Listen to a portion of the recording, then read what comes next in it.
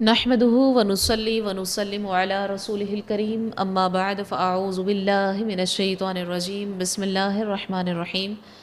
رب اشرح لي صدري ويسر لي امري واحلل عقدة من لساني يفقهوا قولي ربنا آتنا في الدنيا حسنة وفي الآخرة حسنة وقنا عذاب النار آمین بجاہ سید المرسلین صلی اللہ علیہ وسلم۔ سورہ تحریم کا آغاز ہے۔ سورہ تحریم مدینہ منورہ میں نازل ہوئی ہے۔ اس صورت میں 2 رکوع اور 12 آیتیں ہیں۔ تحریم کا معنی ہے کسی چیز کو حرام ٹھہرانا، اور اس صورت کا یہ نام اس کی پہلی آیت کے کلمے لما تحرمو سے ماخوذ ہے۔ بسم اللہ الرحمن الرحیم، اللہ کے نام سے شروع جو نہایت مہربان رحمت والا ہے۔ اے نبی، تم اپنی بیویوں کی رضا چاہتے ہوئے اپنے اوپر اس چیز کو کیوں حرام کرتے ہو جو اللہ نے تمہارے لیے حلال کی ہے، اور اللہ بہت بخشنے والا بڑا مہربان ہے۔ فرمائے یا ایھا النبی، اے نبی۔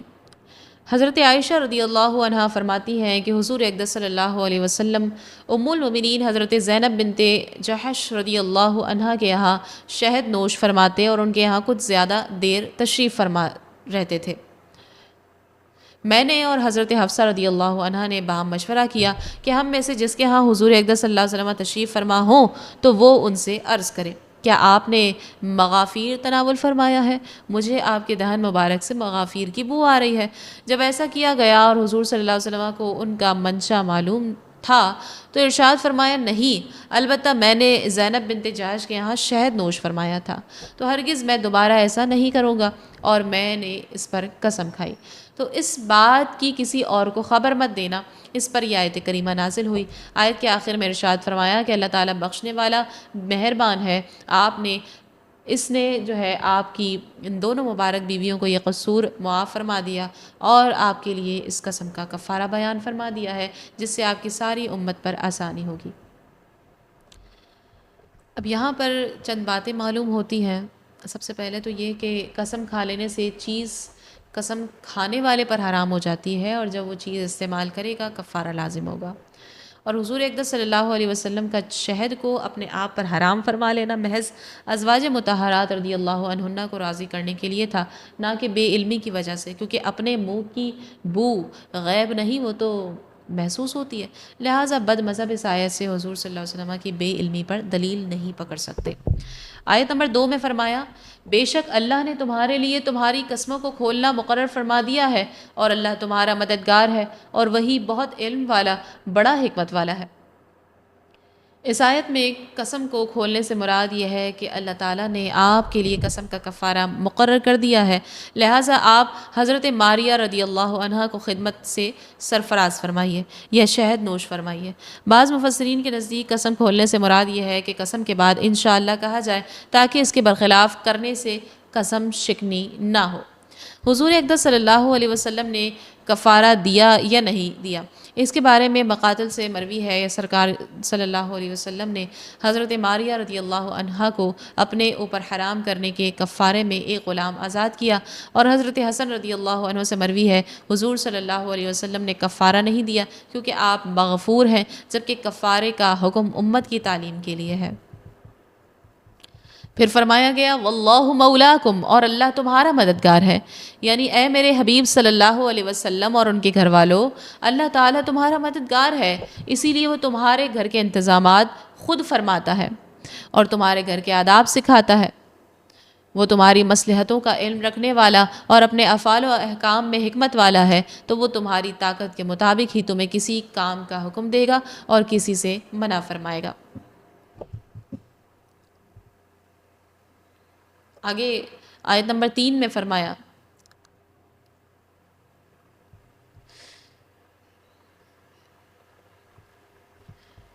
اور جب نبی نے اپنی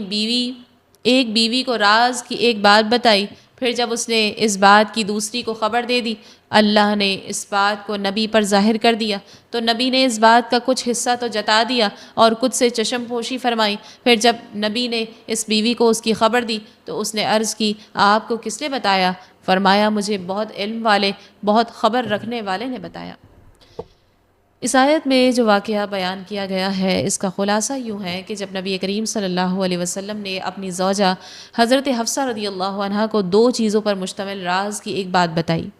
اور اس کے ساتھ یہ بھی فرما دیا کہ یہ بات کسی کے سامنے ظاہر نہ کرنا، پھر جب حضرت حفصہ رضی اللہ عنہا نے حضرت عائشہ صدیقہ رضی اللہ عنہا کو اس بات کی خبر دے دی اور اللہ نے ان کے عمل کو حضرت جبرائیل علیہ السلام کی زبان سے اپنے رسول صلی اللہ علیہ وسلم پر ظاہر کر دیا، تو آپ صلی اللہ علیہ وسلم نے حضرت حفصہ رضی اللہ عنہا کے سامنے ان میں سے ایک چیز کا ذکر فرمایا کہ تم نے یہ بات ظاہر کر دی اور دوسری چیز کا ذکر نہ فرمایا۔ یہ شان کریمی تھی کہ گرفت فرمانے میں ایک بات سے چشم پوشی فرمائی، پھر جب نبی کریم صلی اللہ علیہ وسلم نے حضرت حفصہ رضی اللہ عنہا کو اس کی خبر دی تو انہوں نے عرض کی، آپ کو کس نے بتایا؟ ارشاد فرمایا، مجھے علم والے اور خبردار اللہ تعالی نے بتایا ہے جس سے کچھ بھی چھپا نہیں۔ آیت نمبر 4 میں فرمایا، اے نبی کی دونوں بیویوں، اگر تم دونوں اللہ کی بارگاہ میں توبہ کرو کیونکہ تمہارے دل ضرور کچھ ہٹ گئے ہیں تو وہ توبہ قبول کر لے گا، اور اگر نبی کے مقابلے میں تم ایک دوسرے کی مدد کرو تو بے شک اللہ خود ان کا مددگار ہے، اور جبرائیل اور نیک ایمان والے اور اس کے بعد فرشتے مددگار ہیں۔ اس آیت کریمہ میں حضرت عائشہ حضرت حفصہ رضی اللہ عنہما کو مخاطب کر کے فرمایا گیا کہ اے میرے حبیب صلی اللہ علیہ وسلم کی دونوں بیویوں، اللہ تعالیٰ کی طرف رجوع کرنا تم پر واجب ہے کیونکہ تمہارے دل ضرور حق سے کچھ ہٹ گئے ہیں کہ تمہیں حضرت ماریہ رضی اللہ عنہا کو نبی علیہ السلام کے اپنے اوپر حرام کر لینے کی بات پسند آئی جو کہ نبی اکرم صلی اللہ علیہ وسلم پر بھاری ہے، اور اگر نبی صلی اللہ علیہ وسلم کے مقابلے میں تم ایک دوسرے کی مدد کرو اور باہم مل کر ایسا طریقہ اختیار کرو جو رسول صلی اللہ علیہ وسلم کو ناگوار ہو تو سن لو بے شک اللہ ان کا مددگار ہے۔ حضرت جبرائیل امین علیہ السلام نیک ایمان والے اور ان کی مدد کے بعد فرشتے بھی مددگار ہیں۔ آیت نمبر 5 میں فرمایا،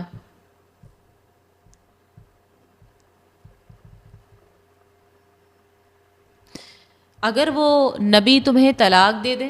تو قریب ہے کہ ان کا رب انہیں تم سے بہتر بیویاں بدل دے جو اطاعت والیاں، ایمان والیاں، ادب والیاں، توبہ کرنے والیاں، عبادت گزار، روزہ دار، بیاہیاں اور کنواریاں ہوں۔ ارشاد فرمایا کہ اے میرے حبیب صلی اللہ علیہ وسلم کی بیویوں، اگر وہ تمہیں طلاق دے دیں تو ان کا رب اس بات پر قادر ہے کہ انہیں تم سے بہتر بیویاں عطا کر دے جن کا وصف یہ ہوگا کہ وہ اللہ کی اطاعت کرنے والیاں، اخلاص کے ساتھ اس کی وحدانیت پر ایمان رکھنے والیاں، اللہ اور اس کے رسول صلی اللہ علیہ وسلم کی فرما بردار اور ان کی رضا جو ہوں گی، کثرت سے توبہ کرنے والیاں، کثرت سے عبادت کرنے والیاں، روزے دار، بیاہیاں اور کنواریاں ہوں گی۔ یہ فرما کر دراصل ازواج مطہرات رضی اللہ عنہن کو ڈرایا گیا ہے کہ اگر انہوں نے رسول اللہ صلی اللہ علیہ وسلم کو آزردہ کیا اور حضور انور صلی اللہ علیہ وسلم نے انہیں طلاق دی تو آپ صلی اللہ علیہ وسلم کو اللہ تعالیٰ اپنے لطف و کرم سے دوسری بیویاں، بہتر بیویاں عطا فرما دے گا۔ اس ڈرانے سے ازواج مطہرات رضی اللہ عنہن متاثر ہوئیں اور انہوں نے رسول اللہ صلی اللہ علیہ وسلم کی خدمت کے شرف کو ہر نعمت سے زیادہ سمجھا اور حضور صلی اللہ علیہ وسلم کی دل جوئی اور رضا طلبی مقدم جانی، لہٰذا آپ صلی اللہ علیہ وسلم نے انہیں طلاق نہ دی۔ تو اس آیت سے یہ معلوم ہوا کہ بیوی وہ اچھی ہے جو اللہ تعالیٰ اور اس کے رسول صلی اللہ علیہ وسلم کی فرما بردار اور شوہر کی اطاعت گزار ہو اور عبادت گزار و گناہوں سے بچنے والی ہو، اگرچہ وہ غریب ہو۔ لہٰذا نکاح کے لیے صرف عورت کا حسن، اس کی مالداری نہ دیکھی جائے بلکہ اس کی دینداری دیکھی جائے اور اسے ہی ترجیح دی جائے۔ حدیث پاک میں بھی اس کا حکم دیا گیا۔ نبی کریم صلی اللہ علیہ وسلم نے فرمایا، عورت سے نکاح 4 باتوں کی وجہ سے کیا جاتا ہے، یعنی نکاح میں ان کا لحاظ ہوتا ہے: مال، حسب نسب، جمال، دین، اور تم دین والی کو ترجیح دو۔ اور حدیث مبارکہ میں نبی کریم صلی اللہ علیہ وسلم نے فرمایا کہ جو کسی عورت سے اس کی عزت کی بنا پر نکاح کرے اللہ تعالیٰ اس کی ذلت میں اضافہ کرے گا، اور جو کسی عورت سے اس کے مال کے سبب نکاح کرے گا اللہ تعالیٰ اس کی محتاجی ہی بڑھائے گا، اور جو اس کے حسب کی وجہ سے نکاح کرے گا تو اس کے کم تری میں زیادتی فرمائے گا، اور جو اس لیے نکاح کرے کہ ادھر ادھر نگاہ نہ اٹھے اور پاک دامنی حاصل ہو یا صلہ رحمی کرے تو اللہ تعالیٰ اس مرد کے لیے اس عورت میں اور عورت کے لیے مرد میں برکت دے گا۔ اللہ تعالیٰ ہمیں نیک اور دیندار عورت سے نکاح کرنے اور دوسری عورتوں کے مقابلے میں دیندار عورت کو ترجیح دینے کی توفیق عطا فرمائے، آمین۔ آیت نمبر 6 میں فرمایا، اے ایمان والو، اپنی جانوں اور اپنے گھر والوں کو اس آگ سے بچاؤ جس کا ایندھن آدمی اور پتھر ہے، اس پر سختی کرنے والے طاقتور فرشتے مقرر ہیں جو اللہ کے حکم کی نافرمانی نہیں کرتے اور وہی کرتے ہیں جو انہیں حکم دیا جاتا ہے۔ یعنی اے ایمان والو، اللہ تعالیٰ اور اس کے رسول صلی اللہ علیہ وسلم کی فرما برداری اختیار کر کے، عبادتیں بجا لا کر، گناہوں سے باز رہ کر، اپنے گھر والوں کو نیکی کی ہدایت اور بدی سے ممانعت کر کے، اور انہیں علم و ادب سکھا کر اپنی جانوں اور اپنے گھر والوں کو اس آگ سے بچاؤ جس کا ایندھن آدمی اور پتھر ہے۔ یہاں آدمی سے کافر اور پتھر سے بت وغیرہ مراد ہیں، اور معنی یہ ہے کہ جہنم کی آگ بہت ہی شدید حرارت والی ہے، اور جس طرح دنیا کی آگ لکڑی وغیرہ سے جلتی ہے، جہنم کی آگ اس طرح نہیں جلتی بلکہ ان چیزوں سے جلتی ہے جن کا ذکر کیا گیا۔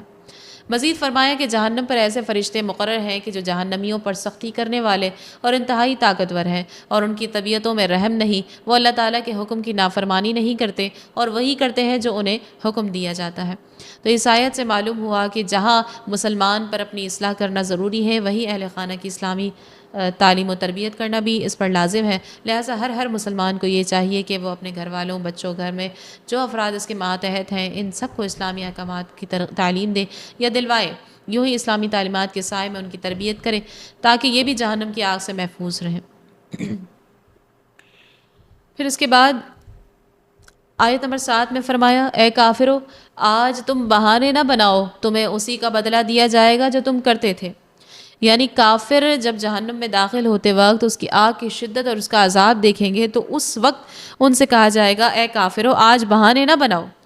کیونکہ اب تمہارے لیے عذر کی کوئی جگہ باقی نہیں رہی، اور نہ ہی آج کوئی عذر قبول کیا جائے گا، اور تمہیں ان اعمال کا ہی بدلہ ملے گا جو تم دنیا میں کرتے تھے۔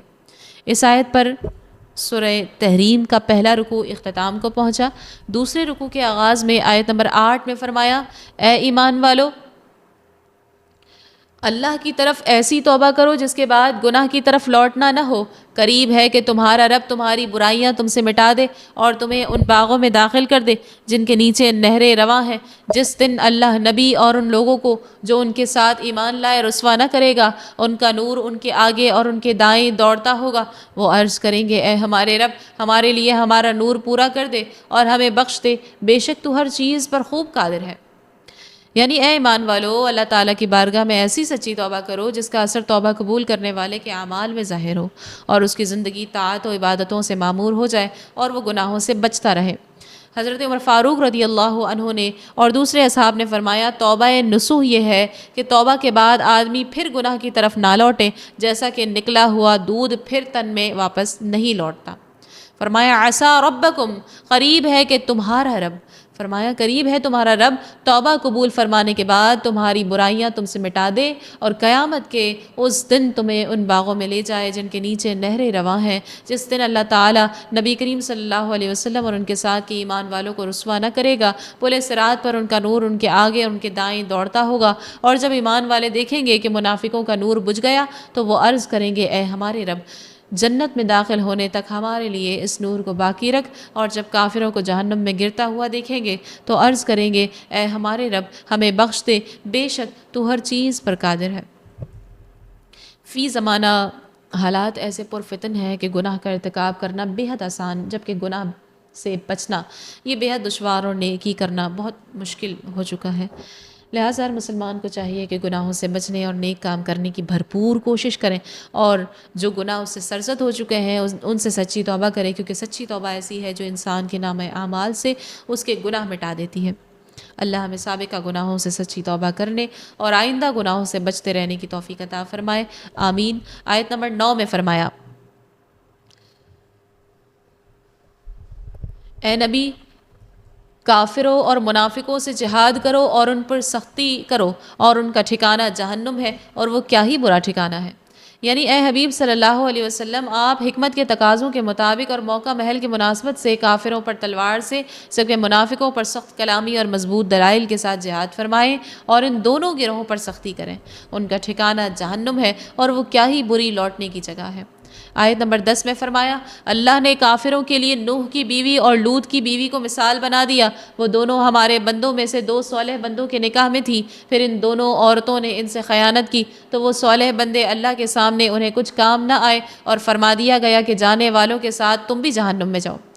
اس آیت کا خلاصہ یہ ہے کہ اللہ تعالیٰ نے حضرت نوح علیہ السلام کی بیوی حضرت لوط علیہ السلام کی بیوی کو مثال بنا دیا کہ یہ دونوں عورتیں ہمارے قرب کے لائق دو بندوں کے نکاح میں تھیں، پھر انہوں نے کفر اختیار کر کے دین کے معاملے میں ان سے خیانت کی تو وہ دو مقرب بندے اللہ تعالیٰ کے سامنے انہیں کچھ کام نہ آئے، اور ان عورتوں سے موت کے وقت فرما دیا گیا یا قیامت کے دن فرما دیا جائے گا کہ تم دونوں عورتیں اپنی قوموں کے کفار کے ساتھ جہنم میں جاؤ، کیونکہ تمہارے اور ان انبیاء کرام علیہ السلام کے درمیان تمہارے کفر کی وجہ سے کوئی تعلق باقی نہ رہا۔ تو جس طرح کفر کے ہوتے ہوئے ان عورتوں کو انبیاء کرام علیہ السلام سے رشتہ داری کام نہ آئی، اسی طرح اے کفار مکہ کفر کے ہوتے ہوئے تمہیں بھی میرے حبیب صلی اللہ علیہ وسلم سے رشتہ داری کوئی کام نہ آئے گی۔ حضرت نوح علیہ السلام کی بیوی کا نام واحلہ تھا، یہ اپنی قوم سے حضرت نوح علیہ السلام کے بارے میں کہتی تھی کہ وہ مجنون ہے، اور حضرت لوط علیہ السلام کی بیوی کا نام واعلہ تھا، یہ اپنا نفاق چھپاتی تھی۔ اس آیت سے معلوم ہوا کہ ایمان کے بغیر بزرگوں کی صحبت قیامت میں فائدہ نہیں دے گی، اور یہ کفار کے لیے نبی کا رشتہ یا نبی کا نسب کام نہیں آتا، اور یہ بھی معلوم ہوا کہ قیامت میں ہر شخص اس کے ساتھ ہوگا جس سے دنیا میں محبت کرتا تھا۔ آیت نمبر 11 میں فرمایا، اور اللہ نے مسلمانوں کے لیے فرعون کی بیوی کو مثال بنا دیا جب اس نے عرض کی، اے میرے رب، میرے لیے اپنے پاس جنت میں ایک گھر بنا، مجھے فرعون اور اس کے عمل سے نجات دے، اور مجھے ظالم لوگوں سے نجات عطا فرما۔ اس سے پہلی آیت میں کافروں کے لیے مثال بیان فرمائی گئی، اور اس آیت میں مسلمانوں کے لیے مثال بیان فرمائی جا رہی ہے کہ انہیں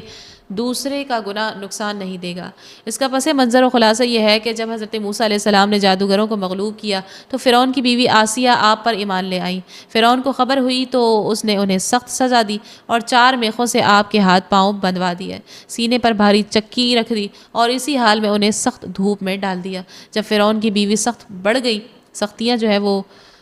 بڑھ گئی، تو حضرت آسیہ رضی اللہ عنہ نے اللہ تعالیٰ کی بارگاہ میں عرض کی، اے میرے رب، میرے لیے اپنے پاس جنت میں گھر بنا دے۔ اللہ نے ان کا جنتی مکان ان پر ظاہر فرما دیا، اور اس کی خوشی میں ان پر فرعون کی سختیوں کی شدت آسان ہو گئی۔ پھر عرض کی، مجھے فرعون اس کے کفر و شرک اور ظلم سے نجات دے، اور مجھے فرعون کے دین والے ظالم لوگوں سے نجات عطا فرما۔ ان کی یہ دعا قبول ہوئی، اور اللہ تعالیٰ نے ان کی روح کو قبض فرما لی۔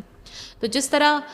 فرعون کے کفر نے حضرت آسیہ علیہ رضی اللہ عنہ کو کوئی نقصان نہ پہنچایا، اور اس کی وجہ سے آپ کو کوئی عذاب نہیں ہوا، اسی طرح مسلمانوں کو ان کی رشتہ داری کا کفر نقصان نہیں پہنچائے گا، اور ان کی کفر کی وجہ سے مسلمانوں کو عذاب نہ ہوگا۔ اس آیت سے معلوم ہوا کہ جنت میں وہ گھر زیادہ درجے والا ہے جس میں بندے کو اللہ کا قرب زیادہ ہو۔ یہ بھی معلوم ہوا کہ اللہ تعالیٰ محبت میں اس سے ملاقات کے شوق میں موت کی تمنا اور دعا کرنا جائز ہے، اور اللہ سے پناہ طلب کرنا، اس کی بارگاہ میں التجائیں کرنا، مشکلات اور مصائب میں اس سے خلاصی کا سوال کرنا نیک بندوں کی سیرت ہے۔ پھر آیت نمبر 12 میں فرمایا، اور عمران کی بیٹی مریم کو مثال بنا دیا جس نے اپنی پارسائی کے مقام کی حفاظت کی، تو ہم نے اس میں اپنی طرف روح پھونکی، اور اس نے اپنے رب کی باتوں اور اس کی کتابوں کی تصدیق کی، اور وہ فرما برداروں میں سے تھی۔ اس سے پہلی آیت میں مسلمانوں کے لیے اس خاتون کی مثال بیان کی گئی جن کا شوہر تھا، اور اس آیت میں اس خاتون کی مثال بیان فرمائی جا رہی ہے جن کا شوہر نہیں تھا۔ اس آیت کا خلاصہ یہ ہے کہ اللہ تعالیٰ نے حضرت عمران رضی اللہ عنہ کی بیٹی حضرت مریم رضی اللہ عنہ کو مثال بنا دیا جنہوں نے اپنی پارسائی کی حفاظت کی، اور کسی مرد نے آپ کو نہیں چھوا، اور اللہ تعالیٰ نے حضرت جبرائیل علیہ السلام کے ذریعے اس میں اپنی طرف کی روح پھونکی، اور اس نے اپنے رب کی باتوں اور اس کی کتابوں کی تصدیق کی، اور وہ فرما برداروں میں سے تھی۔ یہاں رب تعالیٰ کی باتوں سے وہ شرعی احکام مراد ہے جو اللہ تعالیٰ نے اپنے بندوں کے لیے مقرر فرمائے، اور کتابوں سے وہ کتابیں مراد ہے جو انبیاء کرام علیہ السلام پر نازل ہوئی تھی۔ اور اسی آیت مبارکہ پر سورہ تحریم اپنے اختتام کو پہنچی، اور پارہ 28 بھی مکمل ہوا۔ اللہ رب العزت کی بارگاہ میں دعا ہے، الہ العالمین، اے اللہ ہمیں سچی اور خالص توبہ نصیب فرما، ایسی توبہ جو ہمارے گناہوں کو مٹا دے اور ہمارے دلوں کو پاک کر دے۔ اے رب کریم، ہمیں اپنے آپ کو اور اپنے اہل و عیال کو جہنم سے بچانے والا بنا، ہمارے گھروں کو ایمان اور حیا اور اطاعت کا گہوارہ بنا دے۔ اے اللہ ہمیں حضرت آسیہ رضی اللہ عنہ، حضرت مریم رضی اللہ عنہ جیسا مضبوط ایمان عطا فرما، ہمیں ہر آزمائش میں ثابت قدم رکھ اے رب العالمین۔ جس طرح تو نے ہمیں پارہ 28 مکمل کرنے کی توفیق دی، باقی قرآن کو بھی سمجھنے، اس پر عمل کرنے اور اسے اپنی زندگی کا نور بنانے کی توفیق عطا فرما، آمین یا رب العالمین، بجاہ سید المرسلین صلی اللہ علیہ وسلم، وما علینا الا البلاغ المبین۔